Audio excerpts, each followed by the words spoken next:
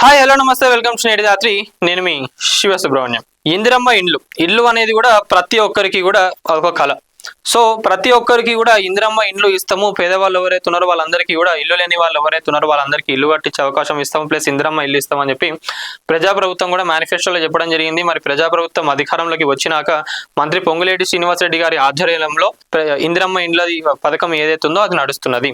So వీటిదాకా అంతా బాగానే ఉన్నది. ఎవరెవరికైతే ఇల్లు లేవో వాళ్ళందరికీ ఇస్తానే ఉన్నారు. మరి నిజంగా కార్పొరేటర్లు, ఎమ్మెల్యేలు, ఇంకా అది మన పొలిటికల్ కి సంబంధించిన పెద్ద మనుషులు ఎవరైతే ఉన్నారో వాళ్ళైతే నేను 100% చెప్తున్నా, పొలిటికల్ వింగ్ లో ఉన్న వాళ్ళు ఎవరైతే ఉన్నారో వాళ్ళందరైతే ఎవరు కూడా ఇల్లు లేకుండా ఉండరు. ఇది ఇప్పుడు ఎందుకు చెప్తున్నా అంటే, వరంగల్లో ఇందిరమ్మ ఇండ్లు కోసం దరఖాస్తు పెట్టిన గ్రేటర్ వరంగల్ కార్పొరేటర్, ఆ కార్పొరేటర్కి ఒక ఇల్లు ఉన్నదంట, కార్పొరేటర్కి ఒక కారు కూడా ఉన్నదంట. మరి సోషల్ మీడియాలో మొత్తం ఏడా చూసుకున్నా కూడా ఆ కార్పొరేటర్కి సంబంధించి ఆ డీటెయిల్స్ అన్ని కూడా ఫార్వర్డ్ అవుతున్నాయి అంట. సో దానికి సంబంధించి ఇంకా పూర్తి వివరాలు కూడా రావాలి మనకు, వచ్చినాక మళ్ళీ ఒకసారి వార్త చేస్తాము. సో పేదలకు కేటాయించే ఇందిరమ్మ ఇండ్ల పథకంపై వరంగల్లో ఆసక్తికర పరిణామం చోటు చేసుకున్నది. ఓ మహిళా కార్పొరేటర్ తన భర్త పేరుతో ఇందిరమ్మ ఇండ్ల కోసం దరఖాస్తు చేయడంతో నగరంలో చర్చ మొదలైంది. సొంత ఇల్లు, కారు ఉన్న ప్రజాప్రతినిధి హోదాలో ఉంటూ ప్రభుత్వం కేటాయించే పేదల ఇల్లు కోసం దరఖాస్తు చేయడం సరికాదని పలువురు విమర్శిస్తున్నారు.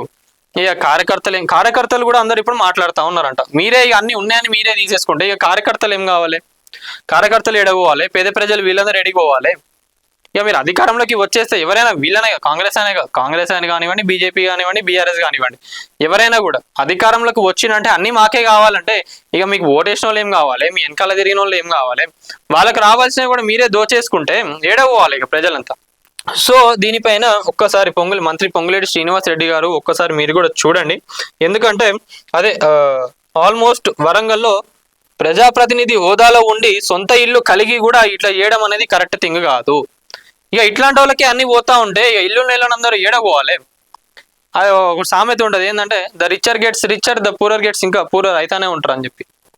సో ఇది వరంగల్లో నడుస్తున్న తంతో. ఇది మున్సిపల్ కార్యాలయంలో వాళ్ళు పెట్టుకున్న దరఖాస్తును సంబంధిత అధికారులు అప్రూవ్ చేయించినట్లు సమాచారం. ఈ అధికారులకైతే నిజంగా అసలు వీళ్ళకి ఏమనిపిస్తుందో ఏందో తెలియదు. వాళ్ళకి ఇంత పైసలు ముట్టంగానే ఎవరైనా కూడా వస్తే పైసలు ముట్టినంటే వాళ్ళకి పని చేసి పెట్టుడే. ఈ ఘటనపై ప్రజలు ప్రశ్నిస్తున్నారు. ఆర్థికంగా స్థిరపడిన వారిని పథకాల కోసం అనుమతించడం సరైనదా?